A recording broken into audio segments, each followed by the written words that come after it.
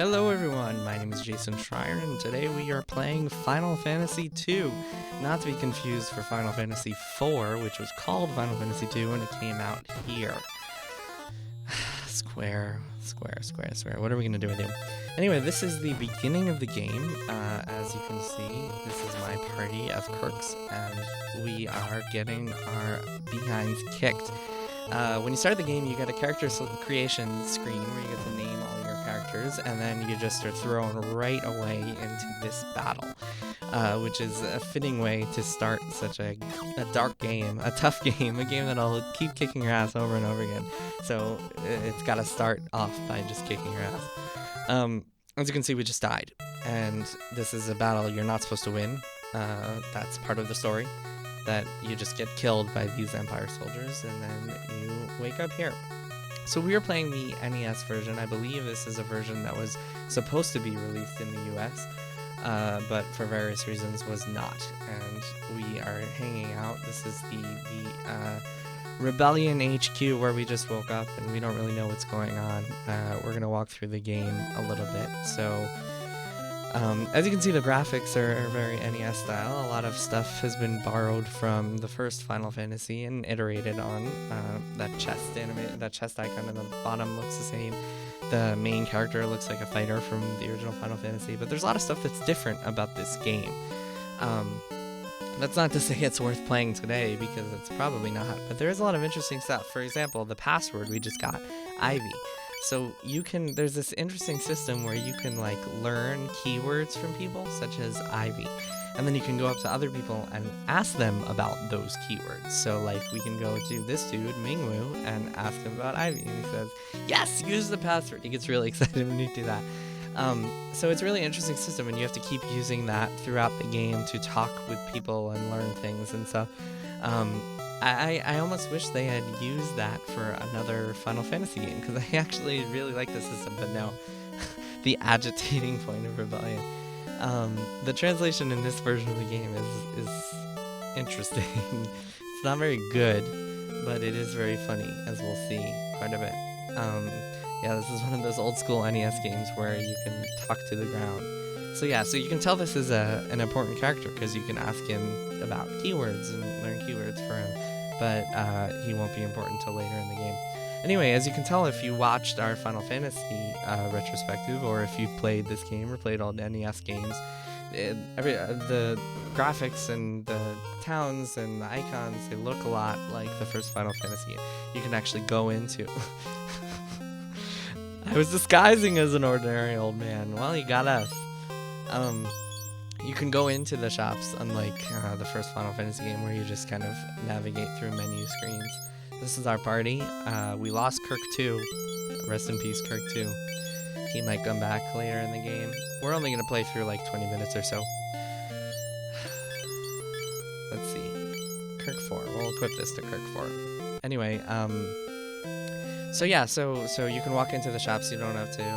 It's a very iterative game over the first one. They added some interesting things. They changed a lot. The folks at Square at the time didn't want to just rest on their laurels and do something that was exactly the same as the first one. So one of the interesting things they did that a lot of people don't like is they had this guy named Kawazu. Apologies if I'm slaughtering that name.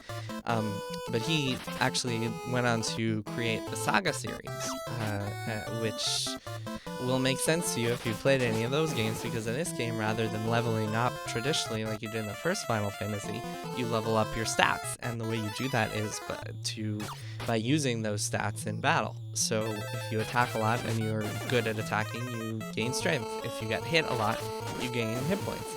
And it's a really interesting system that they would never bring back in another Final Fantasy game. I mean, one of the cool things about Final Fantasy, and one of the reasons people love it so much, is that they're always willing to change things and do different things and change up the main core mechanics in every single game. So even though Final Fantasy II really started that tradition, so even though this game looks like the first Final Fantasy in a lot of ways, such as the main character looking exactly like a fighter, and the towns, the kind of sprites and the overworld, a lot of stuff looking the same, they changed the mechanics in some big ways.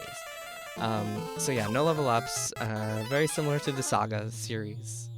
which also dishes levels in favor of stat-based gains and skill-based gains and stuff like that. There are also no classes. I think the guest party members you can get have classes, but your main dudes, you can see I'm trying to hit myself. Maybe we'll do that a little bit later. I'll hit ourselves to gain our hit points and see if that works. But yeah, there are no classes on the characters. The characters, you can kind of specialize them in different ways. Have them all learn magic, have them all equip different things, which is also very Saga. Very Saga to not have your characters be restricted and to be able to do whatever you want with them. This is also the first game to have inns where you go in and your party walks up to the bed and quote-unquote sleeps in the bed. Which is another interesting Final Fantasy tradition that started with Final Fantasy II. A lot of things we've come to love and know about Final Fantasy today came from this game, believe it or not. Some of the names would carry on from generation to generation, like their characters named like Edward and Borgin, and of course Cid. The first Cid is in this Final Fantasy game. I think I think 3 is the first to have summons, which we'll visit next time around. As you may have noticed, we're going through every Final Fantasy game on Kotaku as part of this retrospective. So I think 3 was the first to have summons, but 2 sets a lot of the traditions that we've come familiar. Oh, look, it's an airship. It's an enemy airship floating around. Which is a cool thing to see. The tile sets and the whole world looks like the first Final Fantasy. That's all borrowed from the first one, but the positioning and some of the stuff they do is a little different. They're big warships, whereas before there was just one airship that you use. Now the enemies have airships too, as we will see. The main plot of the game is that there's this evil empire. Hey, does that sound familiar? There's this evil empire that is ruining things and making people's lives miserable, and you join the rebellion to take them on. Kind of the story. I mean, there is a broader, deeper story in this one than there was in the first one, because in the first one there wasn't much of a story. It was just kind of a chain of fetch quests.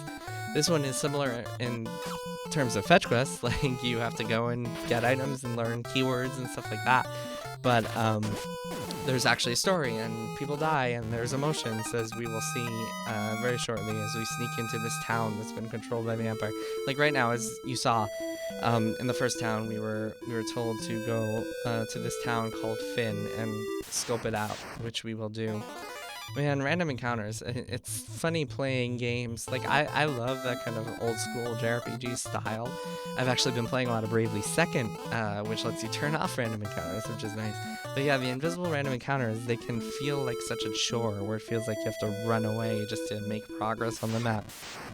So I have kind of an ambivalent relationship with random encounters in general. In some way, it's nice to have that kind of sense of danger and that sense that you can't just make progress without going through some obstacles. But on the other hand, it's a pain in the ass to have to deal with invisible random encounters coming in and ruining everything. Anyway, we'll get through these encounters. As you can see, the thing that carries on from the first Final Fantasy is that when you attack enemies, when your characters try to target enemies that have already been killed, it'll just say ineffective attack, and it will not work. So that is one thing we have to deal with. The translation in this is really funny. So let's check out this. One good thing about this game is you can save anywhere, which is, or not anywhere, no, sorry, take that back. You can save on the world map, rather than just having to go to an inn, which is useful, and another Final Fantasy tradition that would carry on. You rebellions! Okay, so this will probably not end up too well, because this is kind of a weird subversion on towns. Like in the first Final Fantasy, you go to towns and you feel like you can talk to NPCs, and everyone's friendly, and you can go shop and stuff. But in this game, because they want to communicate this sense of danger and this sense that the Empire is coming and ruining things, what they actually do is they have this town that's been taken over by the Empire, and so all the NPCs, instead of being friendly dudes and ladies who are here to help you and talk to you and give you weird advice or random messages, It's actually the Empire's minions who are here to kill you if they see you. And like this town has random encounters. This sort of like weird innovation, and don't get me wrong, Final Fantasy II is not a great game today, but it had so many interesting innovations that you wouldn't see then, and like even today that's kind of weird. Like who would think that, like you usually think there's a certain rhythm when you play your RPGs, like you go to a town, you can rest, you can talk to everyone, it's peaceful, you go to the inn, you go buy stuff. But here they subvert that in some interesting ways, so I thought that was really cool. So we're actually trying to get to that pub that was in the bottom right. I forget, I think you have to go up a little bit to go around the border. We'll see in a second. But yeah, some of these shops, I think these shops are just totally empty. It's so funny that there are random encounters in this town. It's been invaded by the Empire's generals and by hornets and leg eaters. I think these are new palettes on these enemies, even though the fighter, you would think that they would put more energy into making the main character. I guess maybe they wanted it to feel familiar by giving you like a fighter as the main character, but they redesigned they made so many new enemy sprites and new sprites for NPCs and whatnot. You would think they would give you a totally new main character rather than carrying over the one from the first Final Fantasy, but such is what they decided to do. So yeah, another weird subversion. Usually when you exit a town and walk into that green area that's like outside the border, you just leave the town, but here part of the story is to advance the quest, you have to figure out that you can actually go around the town and kind of sneak on the border to get to this pub where we will meet someone, this dude who looks different than the other soldiers. Empires don't know, man. Oh, a secret tour is here. This translation is incredible. It's all yours. So yeah, another Final Fantasy tradition, secret passages. Very reminiscent of Final Fantasy IV, where those things are everywhere. We'll see that game soon-ish. So yeah, this is a secret passage. Opening some treasures. And I do not want to be captured alive. So yeah, so this is where we use the code. And he says, oh, rebellions! Please tell my brother to be more self-confident.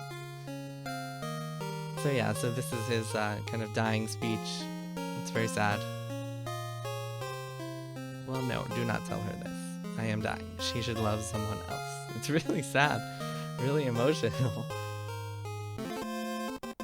I'm a little tired. Please let me rest. And now he just disappears. He's dead. He just died. So yeah, so already you can tell in the first 10 minutes of the game, you can tell that this is way more story-driven, way more emotional, and kind of impactful than the first Final Fantasy, which is really cool. And that would be another thing that sets the tone for Final Fantasy games to come, which is that kind of deep emotional story that people really dig. So let's see, we're gonna get out of here. So as requested by Scott, who was kidnapped and put in a pub for some reason, we will be going back to Hilda, who was the woman who rescued us from that unwinnable battle before.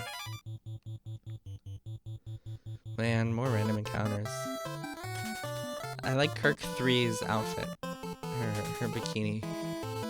You can see the little pixelated like cleavage on her bikini. It's pretty funny. I guess the sprite for Kirk is a little bit different than than the fighter sprite. I feel like the bottom half is different than the fighter sprite, if I'm recalling correctly. And Kirk 4 kind of looks like the thief sprite, I think, from Final Fantasy. But yeah, the enemies are all new.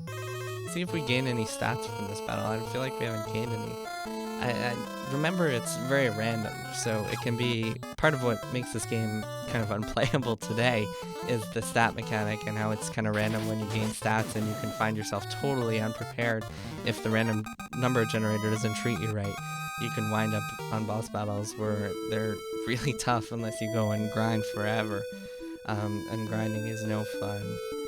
You know, and despite the reputation JRPGs have for grinding, you actually don't have to grind a lot in most Final Fantasy games. This one, I think, is an exception, and that's only if you don't get the right random rolls from battles.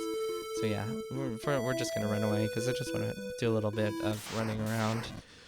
We're not going to play too much longer because we're just doing the first 20 minutes or so. Maybe for some of the longer games, we'll do some longer playthroughs or just play through later in the games. But yeah, for these NES ones, I just wanted to show off kind of the basics of how they play through, because I imagine a lot of people haven't seen these or played them other than like watching on YouTube and stuff like that. Yeah, let's see if we get any stats here.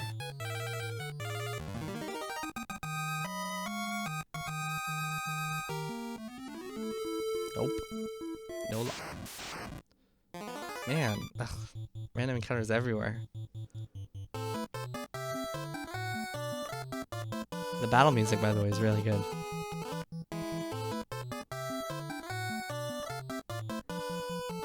One thing that Final Fantasy has always done well is the music.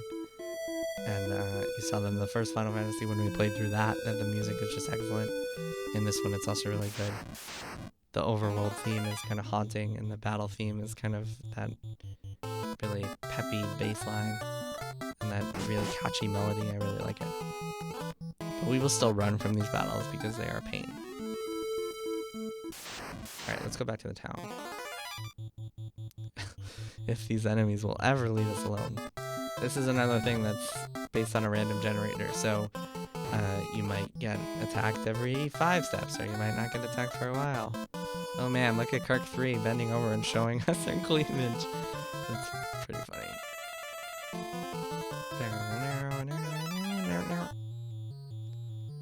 Yeah, let's just get out of here. Come on. Just let us run.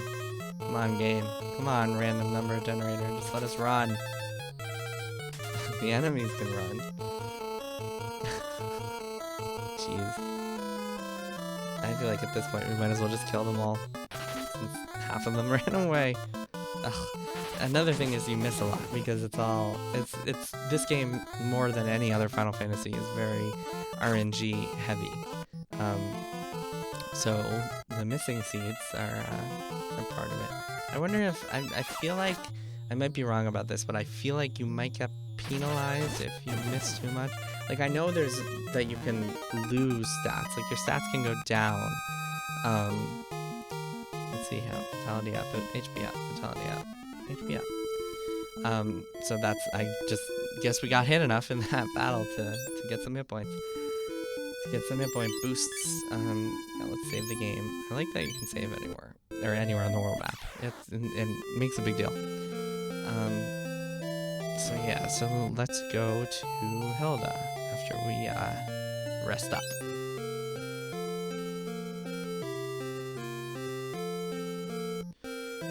There are 4 beds, but you only rest on 1. I think in future Final Fantasy games, your party will split up and everyone gets their own bed.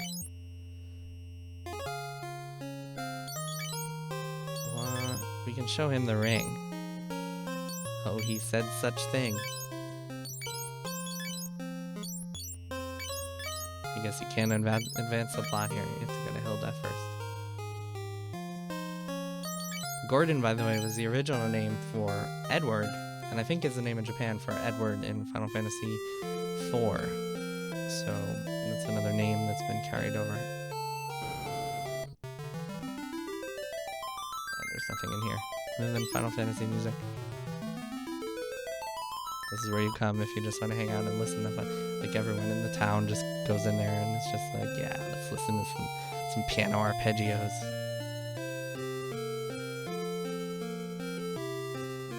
Nice town music too. Alright, here's where we go. This is the agitation point. That's what you called it, right? Agitating point? Yes, the agitating point of the rebellions. What a translation. Yeah, so if you want to play this game for whatever reason with a proper translation, just play it on the PS1 or Game Boy Advance remakes. It is for the brave ones. So now she gives you another note that you can jot down, and then you can ask everyone else about silver. So this is the next fetch quest, is to go to Salamand, and Mingwu is the guy standing next to her. If we talk to him, he will join us. Use my canoe. So now we get a canoe. Which it took hours and hours to get the canoe in the first Final Fantasy. Now you get it in the first 20 minutes. So That's nice. Now you can go on those rivers that you see. Alright. Let's go check out this canoe. So, as you can see, Mingwu has a shitload of health and MP. So he's kind of the overpowered guest character that you get, which is another Final Fantasy tradition. And you can see that now when we walk into rivers, we have that canoe. Still have random encounters. We can just kill this guy. Since it's one dude, it should be quick.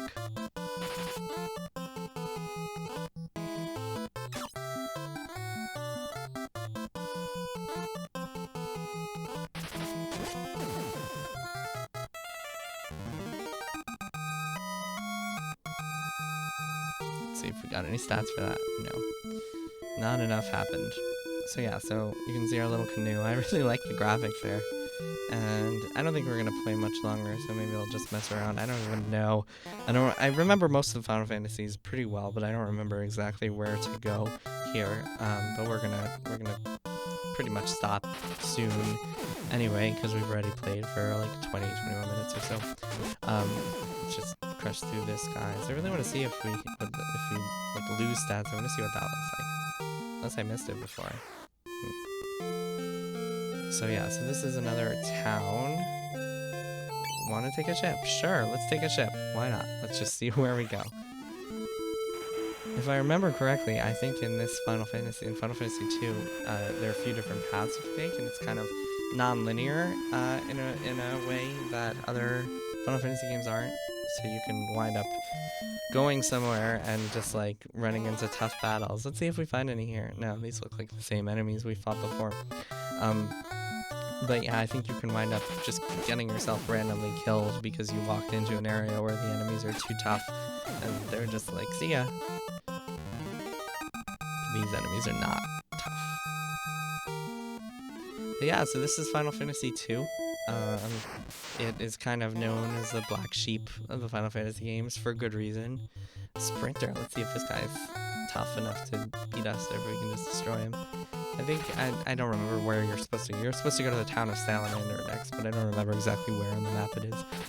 If I was playing for real and playing longer, I could go and talk to everyone, and I'm sure find some clues about where to go. But since I am not, I will just pretty much call it quits here after we beat this guy. But yeah, Final Fantasy 2, it is not an essential Final Fantasy game. I mean, if you're a fan of the series or like you're into the series, you might want to check it out, watch some Let's Plays on YouTube, stuff like that. Oh, there it is, Intelligence down. I don't know why that happened. But anyway, on that note, Intelligence down, I think that's where we will put an end to this one. Thanks for watching, as always, and you can check out the written retrospective on Kotaku.com. Farewell, folks. See you next time for Final Fantasy 3.